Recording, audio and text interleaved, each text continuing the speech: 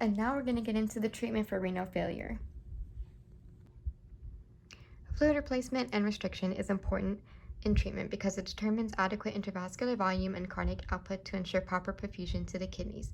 The general rule is 600 milliliters plus the amount of fluids lost in the past 24 hours. This includes insensible losses such as sweating and respirations. Dietary restrictions of potassium and sodium may be necessary if the potassium and sodium levels are elevated. The diet should consist of carbs and fats to prevent elevated muscle protein breakdown that might lead to ketosis.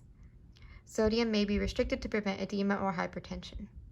The patient must receive 30% to 40% of the total calories from fat, so a supplement of fat emulsion and IV infusion may be necessary.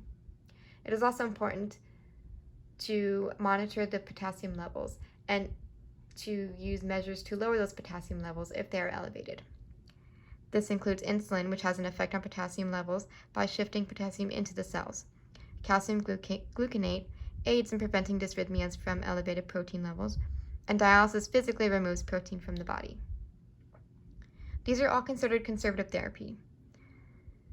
Indicators for renal replacement therapy, which is a more aggressive treatment, are as follows: volume overload, which could lead to a compromised cardiac or pulmonary status, elevated potassium levels, elevated BUN levels of 120 milligrams per deciliter, a severe change in mental status, pericarditis, pericardial effusion, or a cardiac tamponade.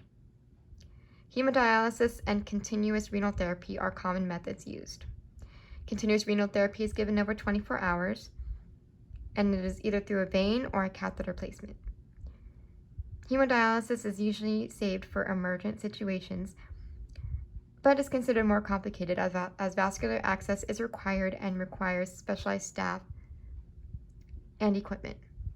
Diuretic therapy is sometimes administered, usually loop diuretics such as furosemide or Lasix, in an attempt to reverse the potential AKI if it is already not established.